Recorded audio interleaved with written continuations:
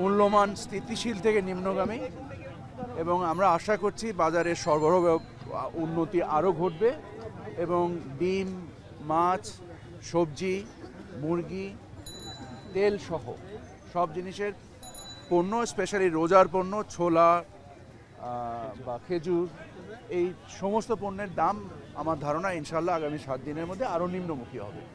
Sir, আপনি রোজা শুরুর আগে গত 12 ফেব্রুয়ারি বলেছিলেন যে 7 থেকে 10 দিনের মধ্যে ভোজ্য তেলের সরবরাহ স্বাভাবিক হবে, এবং দ্বিতীয় দফায় গত 2 দিন আগে আরেকবার বলেছিলেন 7 দিনের মধ্যে স্বাভাবিক হবে।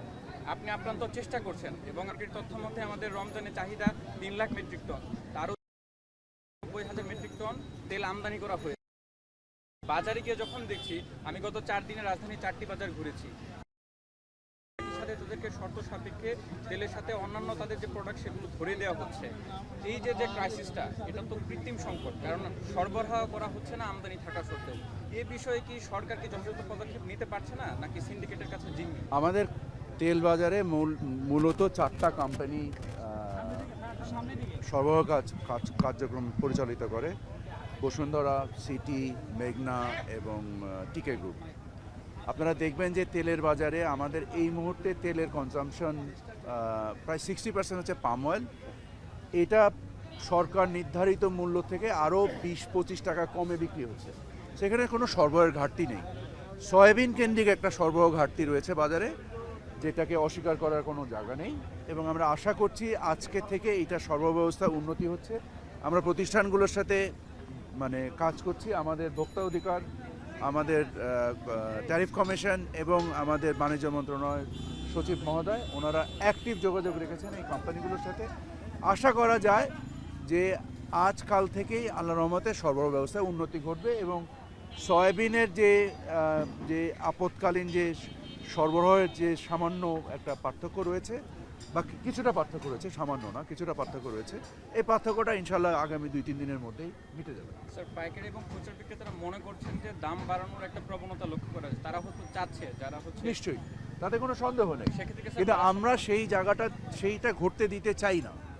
আমাদের পরিশ্রমের উদ্দেশ্যটা হচ্ছে যে আমরা দাম বাড়াতে দিতে চাই না। দুঃখজনকভাবে তারপরও দাম বেড়েছে, অস্বীকার করার কোনো জায়গা নেই।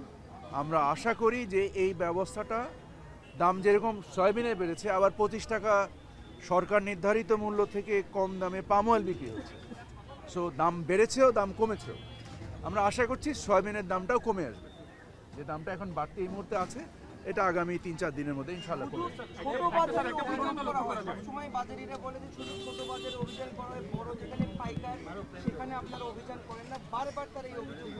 ডিজাইন, এলিগেন্স, বিউটি, সেরা পণ্য সবার জন্য জেভিকো।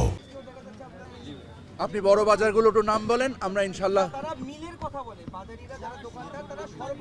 আপনি যদি নির্দিষ্ট করেন, আমরা ওই বাজারে অভিযান পরিচালনা করবো, বলে দেন। আচ্ছা, ফাইন, যাবো ইনশাল্লাহ। আর মিলের সাথে তো আমাদের যোগাযোগ সদা সর্বস্বই হচ্ছে। আপনারা যদি এই মুহূর্তে তো চাহিদার একটা, যখনই কোনো জিনিসের চাহিদা হয় তখন একটা প্রেশারের কারণে দাম বেড়েছে। তবে কিছু ধরনের লেবুর দাম বেড়েছে, কিছু ধরনের লেবুর দাম স্থিতিশীল আছে।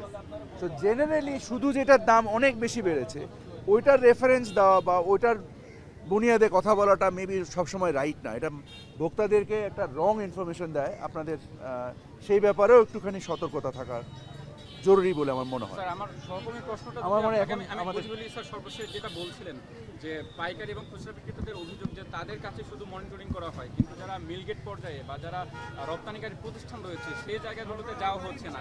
আপনার না, এই ধারণাটা সঠিক নয়।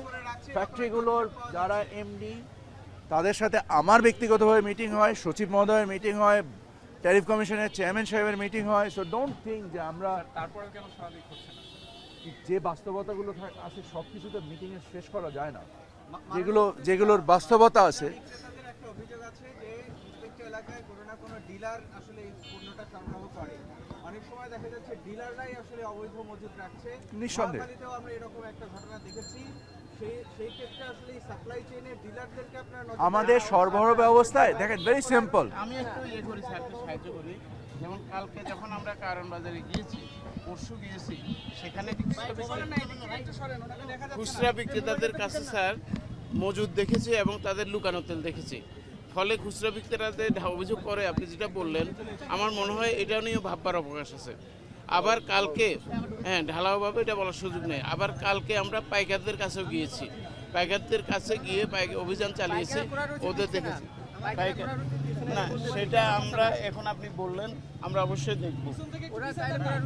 না না, এটা বলছি তো এখন শুনলাম। আপনারা কিন্তু কালকে যখন এই দোকানে পিছনের গেলাম, দোকান এটা থেকে, আমরা দেখিনি। এই যে দোকান থেকে আমি বের হলাম, তার কাছে আধা লিটারের তেলের বোতল 6 দিন আগের স্টক, সে বলতে 6 দিন ধরে বিক্রি হয়নি। তো এখন যদি মনে করেন কোনো একটা পার্টিকুলার 5 লিটার পাওয়া যাচ্ছে না অথবা 2 লিটার পাওয়া যাচ্ছে না, এইটাকে নিয়ে যদি একটা জেনারেল ক্রাইসিস বিল্ড করেন, তাহলে হয় কি, মানে এই কারণে একটা অযাচিত পরিমাণ, মানে একটা হতাশার রূপান্তর হয়। তো আমি আপনাদের মাধ্যমে অনুরোধ করব, সরবরাহ ব্যবস্থায় যে ঘাটতিটা আছে, আশা করা যায় আজ থেকে ইনশাল্লাহ অবস্থার উন্নতি হবে।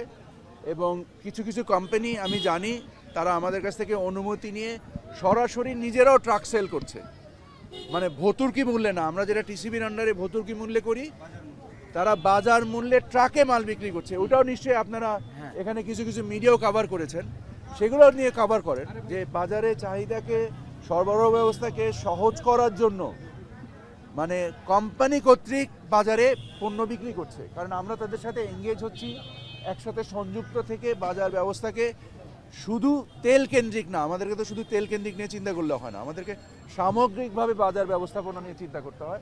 এবং সকল কিছু নিয়ে চিন্তা করে আল্লাহর রহমতে আল্লাহ তাআলা বরকত দিচ্ছেন।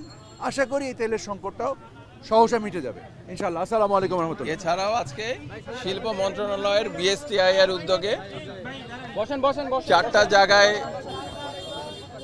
ভেজালের ব্যাপারে সচেতনতা সৃষ্টি করা হয়েছে। ভেজাল পণ্য যেন রমজানে বিক্রি করা না হয়। 3জন ম্যাজিস্ট্রেট 3টা টিম নিয়ে কাজ করেছেন। এই ব্যাপারে বিএসটিআই সক্রিয় থাকবে, ফরমালিন বা ভেজাল প্রতিরোধের জন্য কাজ করবে। আজকে 4টা বাজারে যাওয়া হয়েছে, নিউ মার্কেট, 27 নম্বর, জেনেভা ক্যাম্প, আর এখানে এটা চলমান থাকবে। স্যার অভিযানে কি পেয়েছেন? আজকে সচেতনতা বললাম, লিফলেট দেওয়া হয়েছে, অ্যাকশনে যাচ্ছে।